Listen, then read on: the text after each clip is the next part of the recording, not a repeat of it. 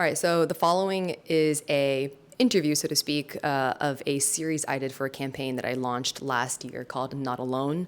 And it was to help promote the course that I put out last October in 2025 called REITERATIVE. And it is also going to be serving as kind of like the foundational basis for FFF as well. So all of the material that the participants discuss here are also 100% related to the FFF course that is launching in July 2026. I hope you enjoy. These are basically completely unedited, and they weren't actually necessarily meant for public viewing. So it's definitely much more a casual style conversation, and you'll have to excuse my interview skills because that's not my forte. Anyways, I hope you enjoy, and I also hope that you feel less alone after watching this. Thank you so much for agreeing to do this, and I really I'm so appreciate excited. it. And the reason why it's called the Not Alone campaign is because most of us, regardless of our gender, our socioeconomic background, um, we just tend to deal with like similar themes of issues, which is like shame and guilt. And those are always just going to be like subjective and like relative to our starting position. And I've been interviewing and working with people from all different types of backgrounds. So you will fall into the category of someone who is in the health industry, in the fitness industry specifically. Mm. And, My name is Sophia for the uninitiated, uh which is everybody. I'm a reclusive little eldritch being. I love that. Um, So jealous. right? Mhm. Living under the cloak of anonymity. Online at least, online at So least. hot. I love that. Okay, yeah, go Not in on. real life, not in real life. But In real life. I've known Ash for a while. We met via weightlifting as our connector Mhm. and have been friends ever since and bond over food and meals, I would say, Yeah, we sure as do. well. A shared love of Mhm. cooking as Creating. cooking and creating, Mhm. cooking as creativity. Yeah. And in my time when I'm not cooking, I do a little bit of personal training and I do competitive Olympic weightlifting. Yeah. So those are my main connectors to the fitness athletics world. And are you currently training for a competition or a meet? I'm yes and no. I'm in that interim season Okay. of let's put on a lot of muscle and then I Yeah. compete again in January.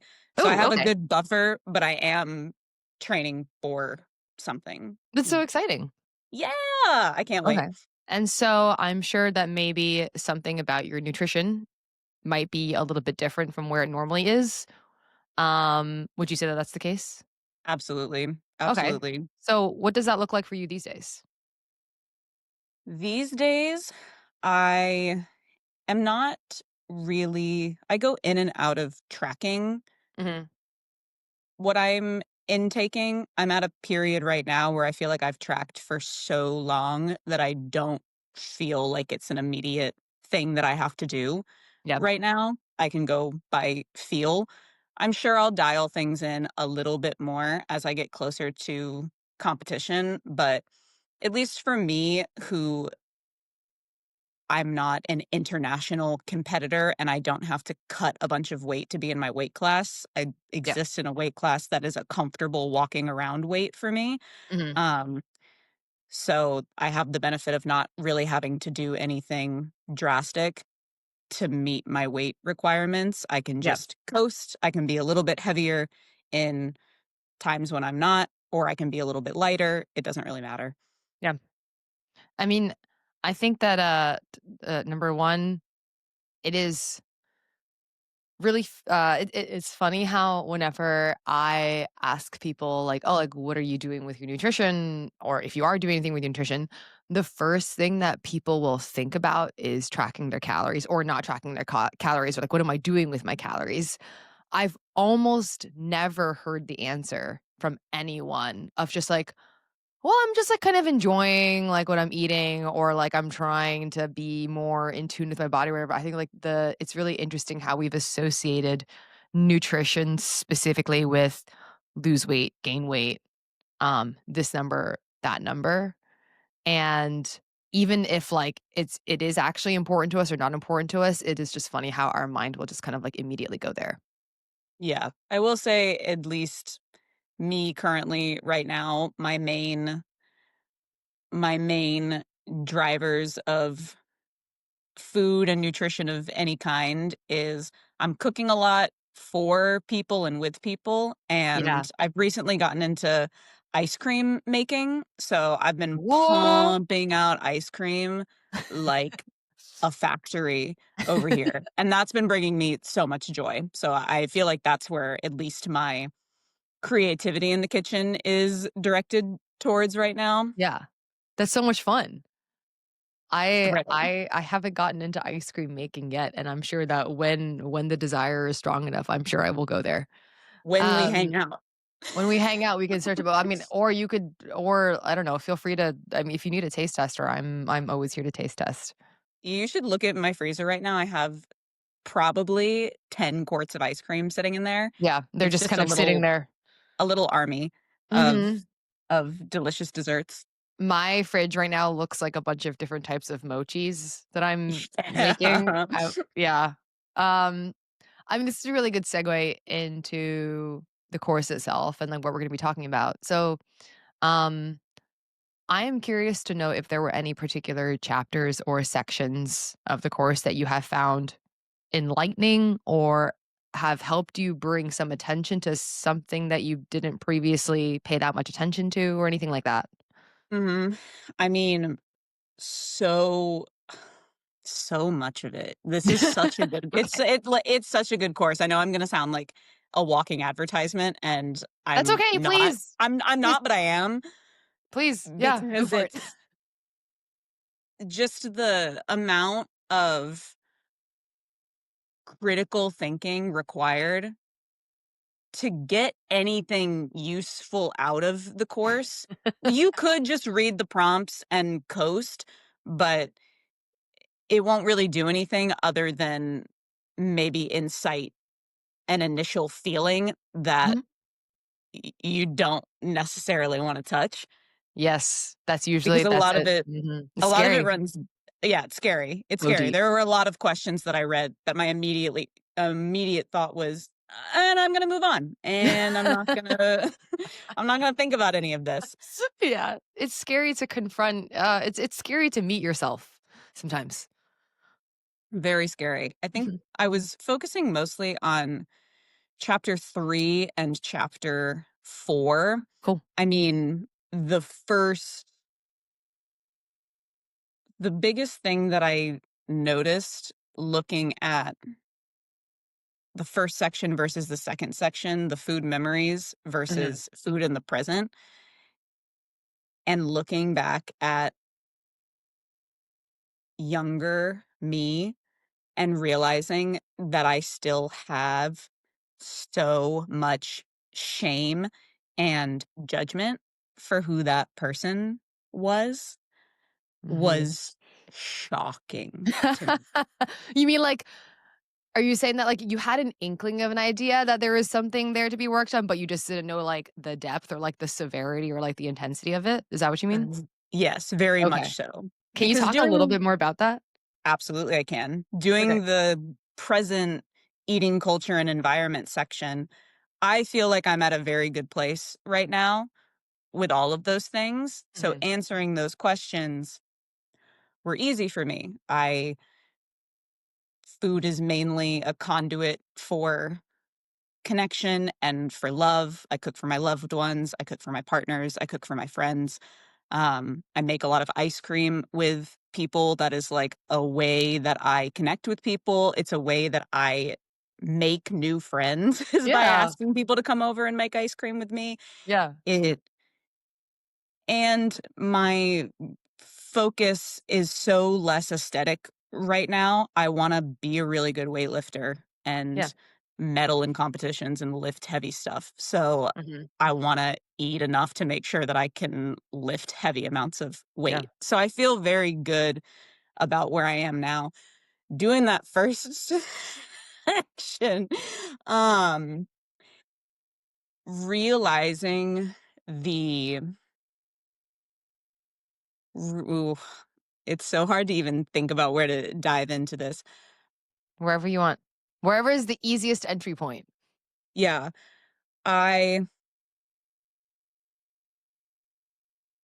living with mothers who hyperfixate on your body is a hell of a Yeah. way to grow up.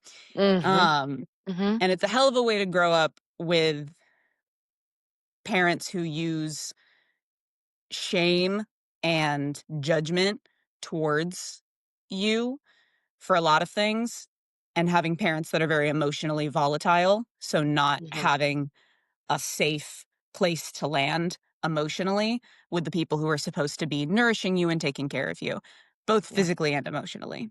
So having Yeah. the emotional part, like, taken out of that, mixed in with heavy amounts of body and dieting talk, created such a horrible brain space Mhm. for, like, little Sophia Of to course. live in. Um, I feel like a good jumping in point is the earliest food memories. This Mm. might not be the earliest. It's not the earliest, but it is one that sticks out so strongly because it's the first time I ever associated food with body composition Mm. and body composition with worth. It like all happened all in one moment.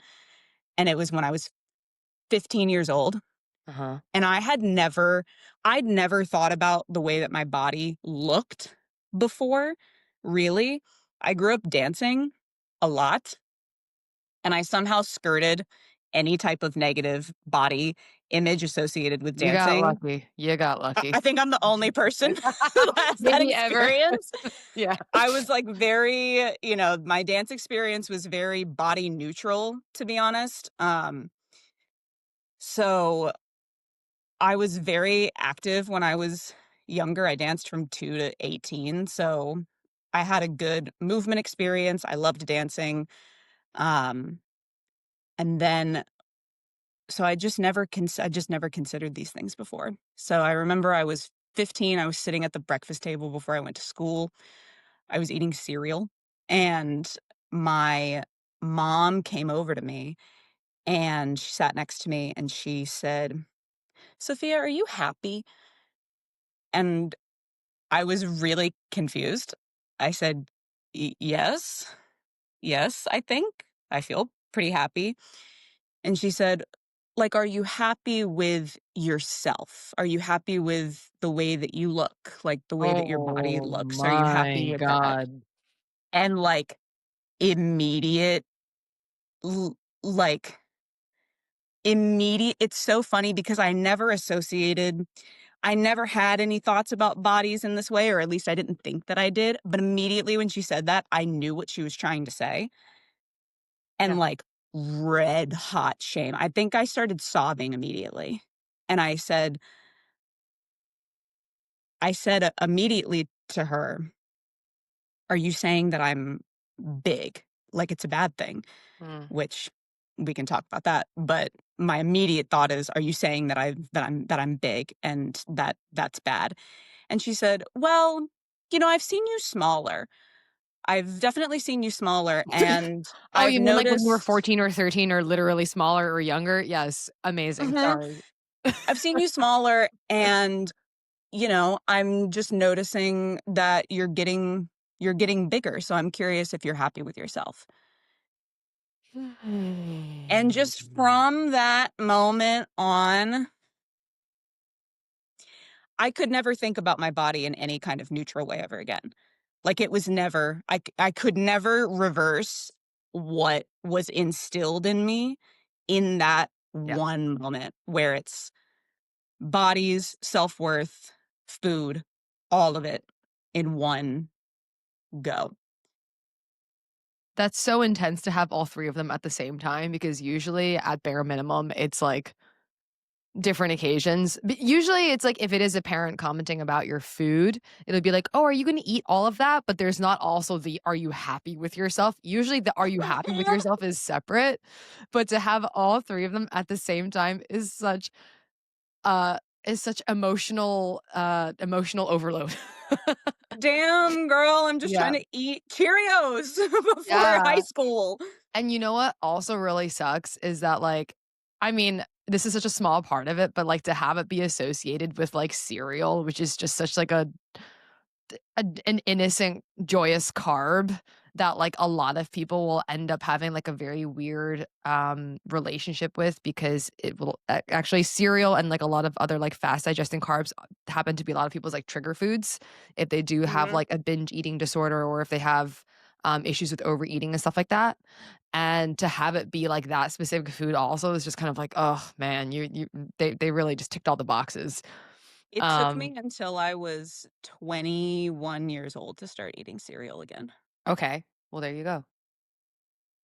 reintroducing it into my Reintroducing it. I mean, it took me a long time to, eat Reese's peanut butter cups again because it used to Oh, be yeah, it used to be a trigger food for me. You thought about this particular memory. I'm sure mhm. you felt all types of ways when you were recalling it. Um, and then you just told me that it took you until much later on to eat cereal again. When do you Mhm. feel like you were able to start actually, I guess before we get to that, from that point on into the rest of your teenage years, into maybe like your early 20s or college or anything like that, did you find yourself changing your food behaviors depending on like how you felt about your body or how what kind of mood you were in and things like that? Yeah. This, I think, is where the interesting journey happens that was really throwing me for a loop when I sat down to think about it critically for a long Mhm, time, tracking what all that was. Because once that moment happened at the breakfast table, um, I was keenly aware of my body and developed deep shame mhm, around food. yeah, And certain foods in my household certainly were demonized or made to be fearful or what have you. And I became very ashamed of my appetite. You know, my mom also would make comments a lot to me and my siblings and my father about, you all eat so fast. Look at how slow I eat. It takes me 2 hours to finish this plate. so she would brag Like, about it. yes, it was very, like, bragging, like, she's like, "Ugh, Wow. I can't imagine eating quickly, like, that just takes all of the enjoyment out of eating is when you eat fast." And so Yikes. I developed so much fear and shame around comments being made that I ate mostly in secret and ate like, so much. Mhm, of course. Like, anytime my mom or either of my parents would leave the house, it was for me, like, a free for all, and it would Yeah. always be, like, not to demonize any particular kind of food, but it would be like, I would, like, hide jars of Nutella, like, in my drawer and, like, binge eat the whole thing. That's a very normal, rational response to having something being taboo and taken away from you.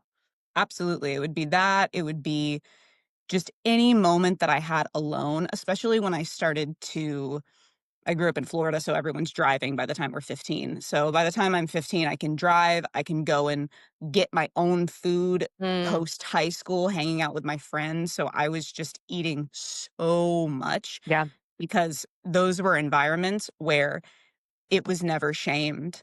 When I was with my right. friends, we would all be eating, like, the same Yeah. things. I had friends who had more disordered behaviors with food, but I didn't really adopt those restrictive behaviors at that time when I was in high school because I had such an emotionally volatile relationship with my parents, my mother in particular, that food genuinely was the only thing that made me feel safe Pleasure. and pleasure. Yeah. So, which I know you've talked about plenty, the pleasure Mhm. scarcity Pleasure scarcity, is, pleasure deficit.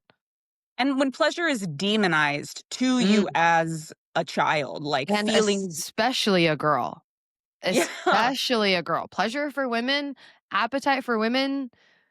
We are taught from a very young especially. age to not have autonomy and agency over our bodies and what we put into our bodies and what we put on our bodies. And I'll say especially too, growing up with, I'm a white woman, my mother's a white woman, and white women in particular, the belief system that controlling your body through a diet and having more self-control than other people Mm. gives you like a superiority complex. So Yeah, the more control you exert, the more you actually deny yourself these things exactly. means that you have a moral superiority 100%. because you're not emotional about things. We're white people. We're not emotional about stuff. Like other people have problems with these things, but like we can surpass all of it Right. because we exist on this plane. Whether Uh, she knew she was doing that or not, it's definitely a part of it that she was part of many white mothers who uh, are hyper fixated on restriction and their bodies and how that makes them better than other people. I also think that this is related to the when you look at like religious texts, there Mhm. is a lot of talk of discipline and fasting and being pure and being clean. And it's almost like this ethereal thing that you should be like working towards. And then back to the ethnic and racial part of what you just said. I would also say that in Asian cultures, the model minority in America, it's also very much expected of us to be small, fragile, hardworking, disciplined, and then our bodies should always represent that level of discipline and, Mhm. like, again, closely tied to moral superiority. I mean, the fact that it's called model minority is fucking crazy. Um, Wild. as if as if Wild. as if there is some kind of, like, I don't know, standard that we are supposed to be upholding, because the white is the actual model, and then we are the second to be. It's There's a feels great terrible. there's a great quote from this article called How the Far Right is Using Thinness to Radicalize Women and Teen Girls Mhm. by Lois Shearing. Yeah. And she says in it, if I was trying to radicalize a young girl, I would incite an eating disorder because your capacity of critical thought is kneecapped by starvation, and it would be easy to induce a radicalized aspect to it. Yikes. But that's so true. If you're focused on your body, you can't focus on literally anything Anything else, else? Yeah.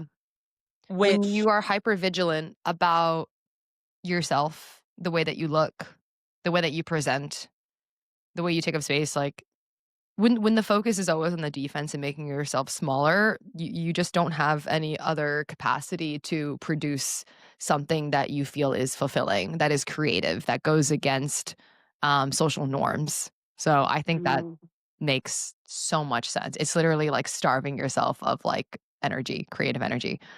creative Um, energy, yeah, and all of the other possible things that could give you pleasure. yeah. Yeah, I mean, I for a lot of kids growing up when they have a lot of food rules the way that you did, food is just like a form of rebellion because, Mhm. your parents took away this agency and now the way that you can express this agency if you don't have any other outlet is going to be through food. It's like revenge eating essentially. Yeah, that's a great, Yeah. yeah, a great term I for it. it's revenge eating, it's revenge pleasure, revenge it's there's like revenge procrastination. That's a very common thing now. It's like when you've been working all day and then you stay up later on purpose, just like doom scrolling because you're like, fuck you. I've been working all day and now this is me time. And it's the same reason why a lot of people tend to overeat and binge at night because they have spent their entire day for someone else. Maybe it's taking care of their kids, maybe it's taking care of their friends, colleagues, or maybe they're a caretaker for someone and they just feel like they've had nothing for themselves. Yeah, which And yeah. in yeah, I mean, in this country, especially right now, not having any autonomy over your time or having your time completely capitalized by other forces. Mhm. Where is your time to do anything that is personally fulfilling or pouring into your community or having your community pour into you? Yeah. If everyone's exhausted and fucking hungry, how are we gonna show up for each other at all? Well, I think one of the biggest challenges that people face in like New York City and LA and Miami and like in these metropolitan areas in general is the attitude that we have is very much more is more is more is more, which requires, you know, more to upkeep. So if everyone is working all of the time, that means that we need to have more outlets of pleasure and very like highly dopaminergic, like dopamine spiking activities. And for many people, the easiest thing, the thing that we can all bond over is food. So it's like Mhm. we're pouring more money into like restaurants and pop-ups and bakeries and whatever these viral food trends, whatever that like we never really even asked for, but it's like the little treat is like absolutely necessary in order to keep us on like the working wheel of You New have York talked City. about this so much on social media, and it Yeah. makes my brain like shoot out exclamation points every time you do. And I know that you've talked about at one point being more foodie aligned Oh, in that absolutely. way. And I'm Foodie so, identity ruins everything. yeah, I'm Mhm. so curious the shift away from that for you. Okay, so to give some context, I used to be someone who was very much obsessed with like going to the latest restaurant, find the newest baked item, like going to all of the pop-ups, whatever. And the shift for me wasn't just like one thing. It was just a bunch of different things in my life that were essentially bringing me true joy that allowed me to let go of the crutch that was chasing the latest food trend and chasing down the latest restaurant. Um, Mm. Part of that is improved relationships in my life. The other part of this was actually learning how to cook and learning how to bake because I found that as soon as I became a lot more capable of creation, my interest in consumption significantly decreased. And also when I started to learn how to Two Well, Italian hands. when I learned there's also a huge part of this where it's like when you learn how to cook for yourself and you can make things exactly the way that you want them to, why would you go anywhere else? Like, I know how I I want my pasta. I know how I want my rice. I truly wrote in my notes, learning how to cook is such an essential skill to have both for practical reasons and knowing how to make food that you prepared taste delicious is a Mhm. powerful thing. Is a very powerful thing. It's, again, expressing agency, autonomy, and creativity, right? It's you being able to contribute to a system, which is your household in this case, and like the act of nourishing yourself in a way that feels good, in a way that feels aligned with your ethnic background, in a way that feels aligned with the other members of your household feels really positive. And there is no takeout delicious enough. There is no restaurant expensive enough. There is no viral whatever the fuck enough that could even get close to matching what that feeling is to be able to sustain and to be able to contribute. And Exactly. so that's why that shift kind of happened. And again, it was very gradual. And there's also a part of this that I think isn't talked about as much, and that I haven't really talked about on social media is there's been, for me personally, a grieving of my foodie identity. Mm, And I miss the high, like that rush of like excitement that you get when you do find an establishment that just knocks your socks off. And you know that I have my mainstays. Um, but the food hasn't changed, but what has changed is the value that I'm tying to those experiences. Um And it's no surprise that the places that I continue to go back to are the ones where I know the people, where I feel welcomed, where I feel at home, where the hospitality is just off the charts, where they feel like they see me and they know me. And, it's so much more than just about the food. But yeah, I That mean, is mm, that is so, I think, such a good point, because I think the thing that people actually are searching for are places where they feel like they are a part of a community, and that they 100%. are that they are known, and that they also contribute to the atmosphere of a space. Like Yeah. even being a regular at a local business, I think, is such a powerful feeling Yeah. when you frequent a place and people know who you are and you know who the people are. Yeah. And that is something that bouncing around to every place under the sun and trying every new thing is not Hmm. gonna get you. And I It's feel like definitely not going to, definitely not. that's what I think a lot of experiences, particularly in New York, are geared towards right now, is trying to fast track being in community with other people, Hmm. and it's just an impossible thing to do. These things simply take time, Yeah. and the best things and the things that are the most gratifying just simply take a lot of time and effort. It takes time and, yeah, repeated effort. Repeated effort. I I went to Balm for the first time since like February or something like that, a couple days ago. Mm. And I was greeted with a glass bucket of mezcal margarita with the exact ratios that well, he used to be a bartender there, now he is the GM there, that he prepared. And I was just like, you don't get greeted with a bucket of mezcal margarita overnight. You don't get greeted with that over a year. You get greeted with that over 9 years of going to the same place, referring new people, talking them up, being like their unofficial ambassador. They never Mm. paid me to do it. If anything, I've spent thousands of dollars at that restaurant. And in return, it's like, hey, we know that you love this thing, and it would be, if nothing else, it would like give you a laugh and like make you happy to like see this thing. And that's exactly what hospitality is. But Yeah, yeah. So, um, backtracking a little bit to like, eating, the consumption in New York City, very, very high, very high. Um, very.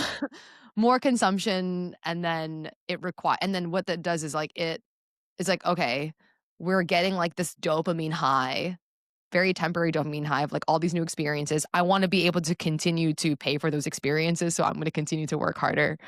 Um, and it's just like a never-ending cycle. Um, do you feel like you've lived in New York City for a while. Yeah. Um, do you feel any type of like FOMO around these kinds of things, or for you is it just like it exists and sometimes it's fun and sometimes I just don't really care, or do you just like are you like grossed out by it? Like what's your general feeling around it? I mostly am grossed out by it. I think Yeah. overconsumption truly sickens me to my core. Um, Yeah. so I think I am mostly grossed out by it, and it is something that I never felt particularly drawn to do, Mhm. is try every place under the sun. Yeah. That was never an outlet for me. I think Yeah. especially kind of bringing it back to the journey that I was telling you about from chapter 1 to chapter 2, I didn't develop the restrictive eating disorder until I was in college. So, Yep. I still used food as via rebellion, um, Mhm. pretty much up until my 2nd year in college, and then after that, I started to feel very unhappy in the body that I was living in, Mhm. and I figured that the thing I was lacking was information, which in part Mhm. was true. I didn't have a lot of nutritional information simply around the science of nutrition and like what foods did to my body, how foods affected my body. I didn't know any of these things. Yeah. And so I sought out more information and I started working with, at the time, a pretty reputable nutrition coach who specialized in weight loss. And I had such an interesting experience with that because I would never knock this person. She's quite reputable in the community and had a lot of great information to give me at the time. But I personally do not think that I was at a place where I was able to receive that information without pivoting so hard into the other direction, where Yeah. food became a rebellion for me and eating as much as I wanted whenever I wanted was the thing that I did. And then it became restricting literally everything and never eating out Yeah. was then my I guess rebellion from the rebellion. It was reversing the rebellion into the completely opposite direction. I mean, I it's so strange. So many good and bad things were happening at the same time. That's when I really started to get good at cooking. And Yeah. it also aligned itself with being more restrictive than I have ever been in my entire life. I think I spent a year never eating out. Yeah. I think that it is, again, normal that the pendulum swung in the other direction.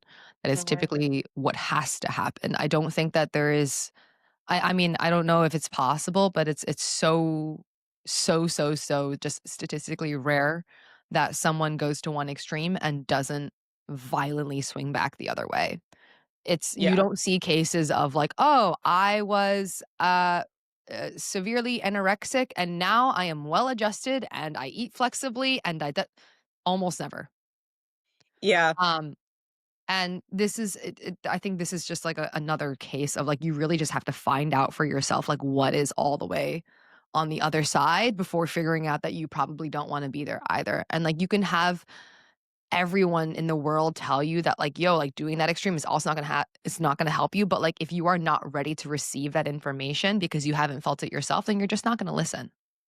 And And the piece so of it from mm, your course that stuck out to me is thinking about all of these things and thinking about it's taken me a long time to get to a place that actually feels good and where I feel so fulfilled and so happy in a similar way of I just have really good relationships in my life and that mhm, brings me so much pleasure. I divest so much from the general US economy and live in a way that is rejecting a lot of those elements of capitalism and hyper individualistic living mhm, that I feel very fulfilled in a lot of ways that I don't need to seek that out via food. But even thinking about my past self, I didn't realize how much shame I still have when I think about her. When I yeah, think about little Sophia, like, you know, 15-year-old Sophia sneaking like cups full of whipped cream at night when her parents were sleeping because she just wanted it so bad and she couldn't stop herself. And yeah, then crying when her mom found like the cup that she hadn't cleaned out yeah, well enough and feeling so much shame and like realizing that I didn't have a lot of space for grace for that part of me of course. and that version of me Mhm, who didn't have proper knowledge, didn't have a person who was giving me information in a kind way or giving me wrong information or disinformation, like, Bad you know, information. yeah, bad information, Mhm. wrong information, not actual information, um, and who was really emotionally not taken care of. And what else was I to do? I didn't realize how much I still had a lot of negative feelings about that part of me. And I think even taking some time doing the course and having a good cry over it and having a Did you moment of, literally cry? I'm like holding it in right now. Oh my gosh, I, can you so to give some context to anyone listening, Sophia texted me saying, like, "This course is making me cry. I need to buy a fucking box of Kleenex," or something like that. I thought it was, like, hyperbole, but I guess not. no, that was real. No, Okay. I had a sob about it. I had to stop writing it down and just do a Mhm. voice note because my hands were shaking so much, Yeah, but I wanted to continue to investigate how I was feeling about these things. yeah. So, I think that was a big piece doing this is being at the place that I'm at now and realizing that even if I don't necessarily have a lot of food rules Mhm. now, or I'm not thinking about dieting, and my goals right now are surrounding playing a sport, which I Mhm. think helps Mhm. so much. It Doing any does. kind of recreational sport or any kind of movement with other people and having camaraderie and community at the end of doing something hard for your body, I think is very healing anyway. But having my goals be oriented around that and not around body aesthetics or just having the B plot always being to get smaller, Yeah. I still had to sit with the fact that I still do act in a certain way that pushes me far away from that younger version of myself. Even if I don't have distinct food rules, the way that Mm. I think about things sometimes and the certain kinds of ways that I probably still restrict myself from certain forms of pleasure or the ways that I shame myself for overindulgence sometimes in a variety of different things is still very tied to the version of me that indulged so hard because it was the only thing that I had to not feel so distressed and depressed.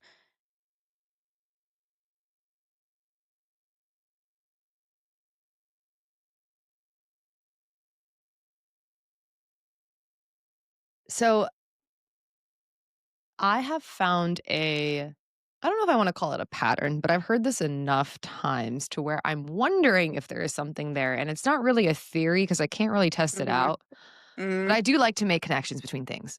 yes. Um, we spoke a little bit earlier about overconsumption in general Mhm, and how, both of us tend to have quite of a bit of like a like a strong distaste for overconsumption. Both of us, and like I think based off of your reaction, I would say that between the two of us, you might be a little bit extra um, disgusted by overconsumption than I am comparatively. Is that disgust at all tied to this shame that mm. surrounds overindulgence on a personal level? That's a great Do you question. I don't know if I even asked that correctly, but do you kind of understand the question that I'm asking? Yes, that having a disdain towards overconsumption being tied to personal feelings of the Yes, concept of exactly. overindulgence. Yes. Is there anything there? Or if I'm totally off base, you should also tell that to me. I'm just wondering, because I've also heard the rhetoric from people who used to struggle with binge eating disorders. They'd be like, I feel so selfish for wanting so much. And then I Mm. also judge other people. They have outright said, I also judge other people when they want so much, and I don't like when they do that either. Is there anything there for you? Honestly, I don't think so Okay, cool. because I think at least the wanting so much, I do think that touches on something, the desire to ask for things Mm, and the desire to ask for let me backtrack. Overconsumption for me, I think of it in a very particular kind of way, okay. in a way that is very, only serves capitalism, essentially. Okay, gotcha. Understand. Overconsuming, Resources, like natural resources. Okay, overconsuming gotcha. natural resources, like, not thinking critically about the things in which you are purchasing, why you're purchasing them, where you're purchasing them from. Over purchasing, Um, perhaps. yeah, and I think the thing that you're touching on, the being able to ask for things or having desires and wants and needs that you would like to have met, I think that there's definitely a lot of shame Mm, in that. And I think realizing that you can receive those things from people that you are in relationships with, it's friendships, great. partnerships, etc., and realizing that that can bring you a level of fulfillment and that you deserve that. Mhm. That I think touches on something very intense that I would be curious to hear other people who have struggled with the binging restriction spectrum of things Yeah. and the ability to ask for from other people support, love, care, and feel good about receiving it. Like, I've gotten better at It takes asking for practice. those things It takes practice. sometimes, Yeah, it takes practice but for it sure. still sometimes makes me wanna, like, throw up to Oh my express to god. someone that I have a need I mean, or that I I think l I think we both know what we're hinting at here without saying it out loud, uh and, we're not gonna get into that for the purposes of staying on topic, but Mhm. yes, it is very difficult to ask for things that make you feel good Mhm. in every sense of the word. And if you were never taught how to receive, and if you were never taught that it's acceptable to feel, then you're just going to have to learn as an adult. I work Yeah. with a lot of clients who literally hire me and really struggle to ask for help. They don't know how to ask for help, even though they are paying me hundreds of dollars a month, sometimes thousands, to help, and I have to coax them into asking them. I was like, "Hey, like, on this day, I need you to email me. I need you to write to me regardless of what has happened." Or sometimes people were like, "Well, I didn't wanna write this food down because I thought you would be ashamed of me," or like, "I thought you'd be mad at me Mm. for doing something." And I'm like, or like, "I skipped my workout, but I didn't wanna tell you," or like, "The only reason why I worked out on Monday was because I didn't wanna disappoint you." And like, all of this is tied to like, they think that I'm some kind of, I mean, maybe in this specific relationship, I am quote unquote the authority figure, but Yeah. at the end of the day, you're asking me for help. And so I would love for you to ask me for help when you need it. And I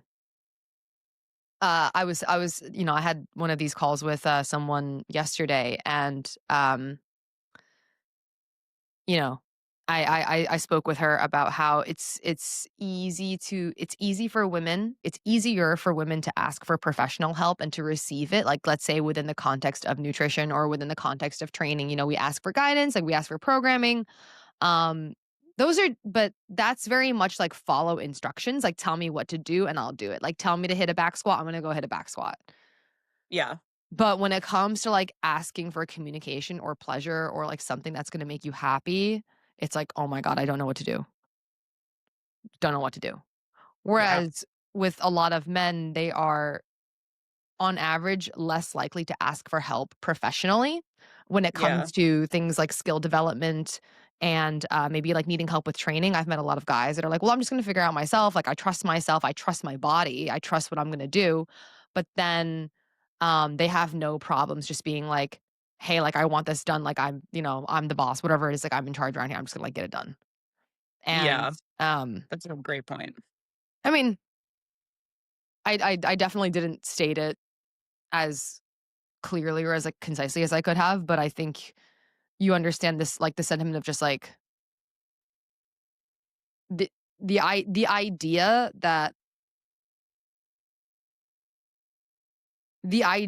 we should just all be able to like know how to do it all on our own all the time is like 90% of the problem, I would say. Yes. The Yeah. idea that we don't, I think two of the most harmful thought processes that Mhm. we general we is that we don't need other people and we have Mhm. no responsibility for other people. Yeah. That kind of self-containment and self-isolating behavior, you cannot self-isolate yourself into having better relationships with You people. can't. You cannot self-isolate yourself into having a better relationship with yourself. That's the issue with just work on yourself, king. That is, see, when people say, I'm just going to focus on myself, I understand the sentiment. I really do. And there are many people out there who are extremely overly giving to others and are willing to, you know, be like a doormat for someone else. Mhm. But if you, for especially like within a dating context, if you think that the way to get a girlfriend, particularly for a lot of guys, is to just work out and hit your macros, my guy, you are in for a fun surprise at the end of that. If you think that the way to have a healthy relationship with a partner, regardless of their gender, um, is to make a lot of money and that's it, you're in for a fun surprise. Or like if you think that the way to have friends is to focus on yourself, again, makes no sense. It makes no sense, and there's a point. I know this is, like, slightly getting off topic, It's but okay. we can bring it back. Yeah. But just on that point, I think too, the way that people have taken the "I need to focus on myself" and have turned it into a way of just being a bad friend Yeah. is so strong. People who are like, "Don't ask me to take you to the airport. Don't ask me to help you move because 'cause I'm not Mhm. gonna do those things. Actually, it would be better for me if I missed your birthday party because I just need to stay at home and focus on myself." Yeah. It's like showing up when you don't want to and showing up when it's inconvenient for you is very important, and I think that connects to the kind of work that is here in this course and in training in general. Opting for comfort constantly Yeah. will not bring about more comfort. It will bring about such boredom and loneliness Yeah. that it becomes unbearable. Mhm. Opting to do things that are difficult, showing up for people when it's inconvenient for you, showing up for people even if you're tired and you, like, don't want to. Mhm. Obviously not all the time, Yeah. but fuck nuance a little bit in this moment. Yeah, Showing up you don't have to, yeah, sometimes nuance defeats the message. nuance nuance is an idea killer. A lot of Um, times it is. yeah, but showing up when you're uncomfortable, showing up when you don't want to, showing up when it's inconvenient is so important in building stronger relational bonds with other people, and it makes your life feel more fulfilling. Yeah. Well, I Rest would, feels the best when you've done things. yeah, 100%. Um, Also showing up when you're uncomfortable and facing yourself in those moments, like in this course or, in training or wherever it is gonna build a better relationship with yourself. And then that in turn can help relationships with others. And then when others are happy, it'll also help you. It's like it's a wonderful circle jerk of happiness and fulfillment, to be honest. It It feeds all of the good things, feeds all of the good things. especially within, like, you know, you can not include this or include this, but Mm. especially under the existence of fascism, Oh which my god. seeks which You can seeks include this or not include this, especially under y fascism. fascism. I was not prepared for fascism. I love that you brought that up, and I will absolutely be leaving it in. Um, come on. I mean, this connects to the dieting portion, Mm, the thinness as betterment, yeah, the it's who is overrated. deserving There's no of living. isolation. There's no isolation. Yeah, it's like, It's yeah, I connected mean, to beauty standards, it's connected to women staying as young and as whatever as possible, like, it's all connected. I mean, losing and gaining weight, especially losing weight in particular, as a means of control is the exact same thing as getting Botox as a way to control your age, is the exact same thing as, whatever it is, and, like, you know, I mean, I think this also will kind of, segue into the topic of, like, well, am I a bad person for wanting to mm, lose weight? Am I a bad person for using Botox? Am I a bad person for spending 300-ish dollars a month on my eyelashes? And it's like, no, it right, just, you recognize that thinness and youth, or the appearance of youth and pretty privilege, gives you access to certain spaces. It gives you easier access to certain spaces. Whether those spaces are worth going into is beside the point, but it's going to give you access correct. to certain spaces, right? And so if you want to be a part of certain parts of society or certain parts of community, and you understand that the reality is that you will be treated a certain way based on your presentation, then I think it is not anything to feel bad or guilty about for wanting to look a certain way or to live in a body that feels good to you. To live in a body, and this is the thing that I stress the most in the course. I just want you to live in a body that feels congruent with your goals and your values and your Mhm, objective, right? mhm, So if you don't give a shit about a particular part of society or community, then there is just no reason for you to actively participate in those values at all. Yeah, that's all I want for people. And so, like, I've marketed this course as, like, if you want to achieve a certain body composition and doing so without guilt and drama, whatever. Like, yeah, that is a big part of it.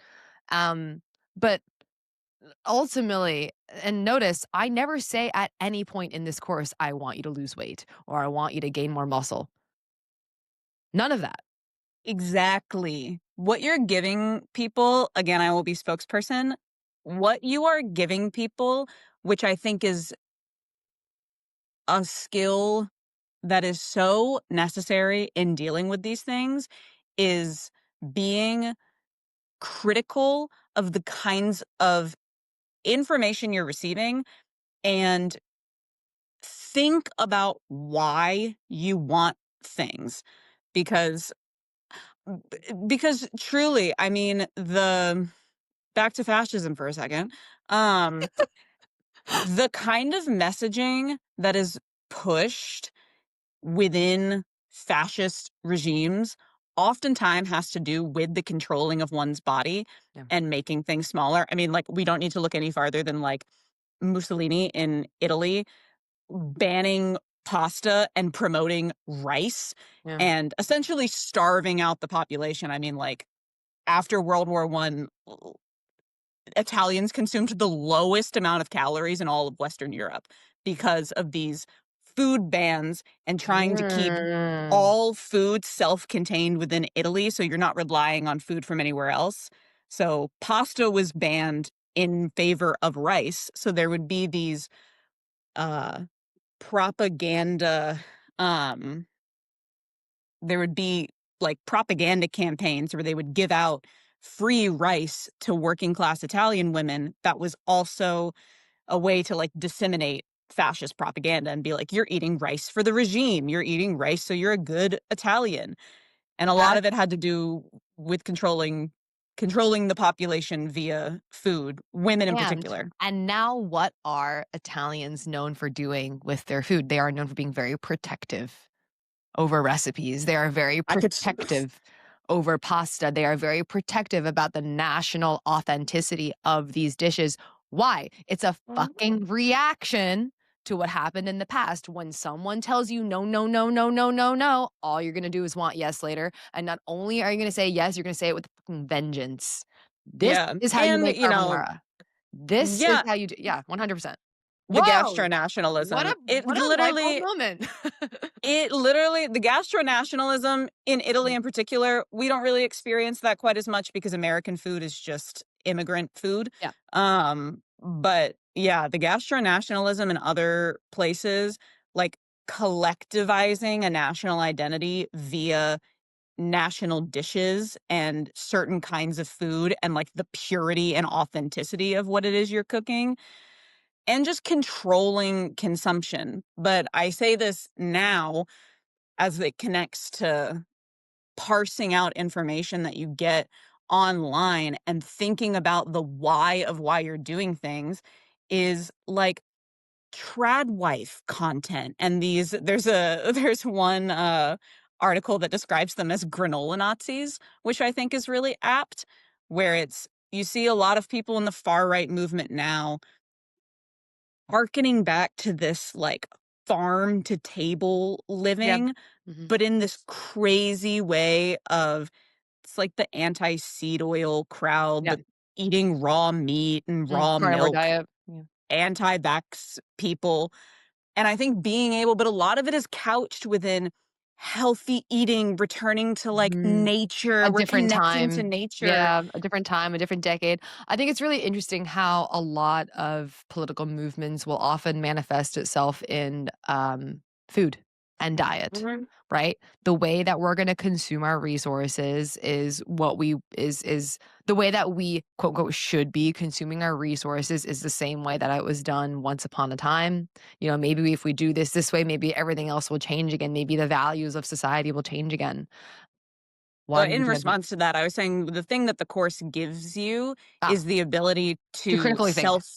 Yeah. critically think and self-analyze, which to me is the most important tool Yeah. that you could possibly have when dealing with these topics Mhm. because it is so rife with pipelines to places Yep. that you do not want to be. Yeah. Or some people wanna go there and they're gonna go there, Yeah, right? some people want that. Some people wanna go And there, they're gonna go there, and they can discover for themselves whether that is the right place for them or not.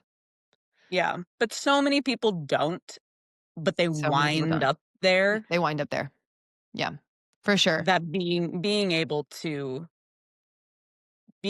have a deep understanding of why you want things and knowing how to contend with that Mhm. and make goals in response to that Yeah. is so important. I mean, in chapter 5 and a couple of other chapters after that, I talk a lot about, like, finding your skin in the game and like closing the cognitive dissonance between what you want and what you actually want, and then what your Mhm. actions are and what you're currently doing, and like closing those gaps. And like the more that you can just do what you want for yourself, the better you'll feel. And, by and large, what most people are looking for at the end of every rainbow is friends, love, relationships, security at some basic level. And, if you are able to align your goals with your values and your actions, all of that stuff, you'll typically find those things anyways, right? Regardless of like what fraction of society it's in, you're gonna find those things if you just continue to do that for yourself. Yeah. Um, okay, so I asked you what chapters you focused on. I Mhm. asked you what you got out of the course. Seems like you got something. Um, Much, what much. much. Do you feel like after doing the couple of chapters that you did, do you feel like there is anything that you would want to do differently for the time being when it comes to either nutrition or even the way that you think about things? Or do you feel like you're pretty good? I think mostly the piece that I touched on earlier Mm, in connecting my past to my present and uncovering pieces of shame yeah, that I still hold for a past self and the ways that that might influence how I'm comporting myself currently. I think I still have a little bit more. I think I'm only scratching the surface yeah, of what those things are. And I think that is work that I am currently doing. currently doing and wanting to do a little bit more diving Yeah. into, particularly my I think I wrote down in my notes that my why always has a B plot of I should have some kind of aesthetic goal, and that that Mm. aesthetic goal should in some way revolve around being smaller, which is crazy because Yeah. that's not my goal right now. Yeah. But subconsciously, it still is. So I still engage in certain behaviors that lead me in that direction, even though it runs so against what it is I'm actually trying to do right now. I think that as long as you don't feel bad for having that as your B plot, you'll eventually get to the answer. I think the second you start feeling guilty for having that as your B plot is when the problems come Mhm. in. You know what I mean? Yeah. It's the same Yeah. shame thing again, right? It's like, oh, bad Sophia. Why are you having aesthetic goals? Well, as we just spoke about, it makes sense that you have aesthetic goals. You live in a society that values appearance and thinness and blah blah blah, whatever. And I think it's not it's for me, it's not a question of do I participate in this system? It's a question of how much do I want to participate in it and how much time of my day am I willing to give to this thing? Yeah. Like Yeah. as a very small but like illustrative example, I never do my nails. Like I never get them done. Mm. Could it be nice to get some extra compliments and, like, maybe it might do something at some point to have, like, really nice, well-kept nails? Maybe, yeah, but I'm choosing to not take it another step. I'm choosing to not spend 2.5 hours, $120 plus tip to go get my nails done today because I would rather spend my time and the rest of the energy that I have on my work because I have spent enough time today putting on makeup. I've spent enough time today doing what does that make sense? It's like It you get to makes choose how much yeah, you wanna participate in the system, and also you get to choose whether it, like, ruins your day or not. precisely. And I think you can also choose to a certain extent how much you give a shit about what other people are doing Absolutely. in regards to that. I Absolutely, yes. feel I feel generally like other people can do with their bodies and engage in certain behaviors Right. as much as they want. I don't have to have an opinion on it. We've talked about this before of people commenting constantly anytime someone gets any kind of work done, Yeah. anytime someone sniffs that someone's had work done. There's Mhm. a whole Outrage. discourse about it. Yeah. Outrage, discourse, and I'm like, I am gonna remove myself away from that Right. because I don't care. And I Yeah, you think, can choose not to engage. yeah. And I'm like, I think, we don't need people to we don't need the state to police our bodies if we keep doing it to ourselves, if we keep doing it to other people. Right. Exactly. So it's like, I think the less that we can be, you know, surveilling each other, Yeah. trying to suss out what work people have had done and trying to suss out what people's diets are and what their workout routines are, I think things would be a lot better. I think things would be a lot better too. So, this is a case of if you just focus on yourself, then outcome is typically good. So then we don't have to be too concerned with how other people feel about all of the things that you just mentioned. Yeah, yeah. Yeah. The focus on yourself part is less like go and do all of your self-discovery alone in your bedroom and never be around other people. But like you don't always have to have comments, thoughts, opinions on what other people are doing all the time. You don't have to have an opinion on everything. You don't. You don't have to have a hot take. It doesn't have to be You hot, and it doesn't have to be a take. And, it's okay to not have an opinion, and I think, connected to that, it's okay to not have all the thoughts. It's okay to not have all the facts. And yeah, leave some room for nuance. Um, Yeah. okay, cool. Who would you recommend this course to? This is my final question. Who would you recommend this course to if you had a specific demographic? Who would it make sense Mm. for? I think it would make sense, and this is pretty far reaching to a lot of industries. I think l people who are existing in an industry that has really strict, stringent ideals around body types. Mhm. Yep. I think any performer Performers. could Performers. could benefit from doing this course Yeah. genuinely. Yeah. Um, That's really good to hear. I have many clients who are performers, who are dancers, who are also trainers, who do feel like they need to look a certain way. And you know what? Maybe they do need to look a certain way for a certain clientele, for a certain yes. audience, but other ones exist. Yeah. And that's a whole topic for another time.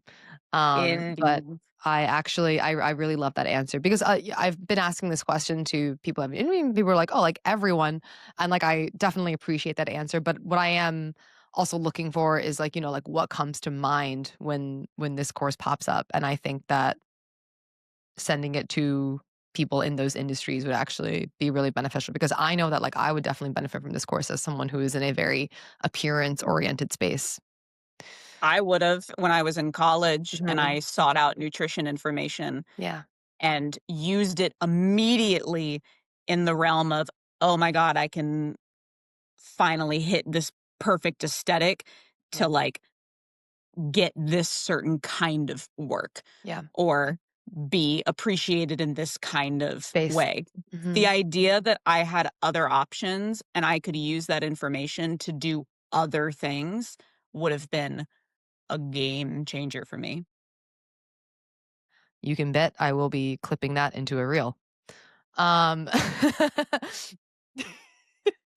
okay. I think we are all Gucci here, so I'm gonna click stop.